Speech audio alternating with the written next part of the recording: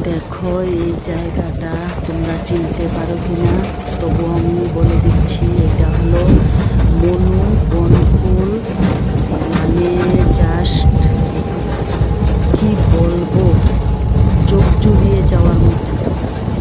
এই গাছগুলি তোমরা চিনতে পারছো কি? কমেন্টে অবশ্যই বলবে এই গাছগুলির নাম কি।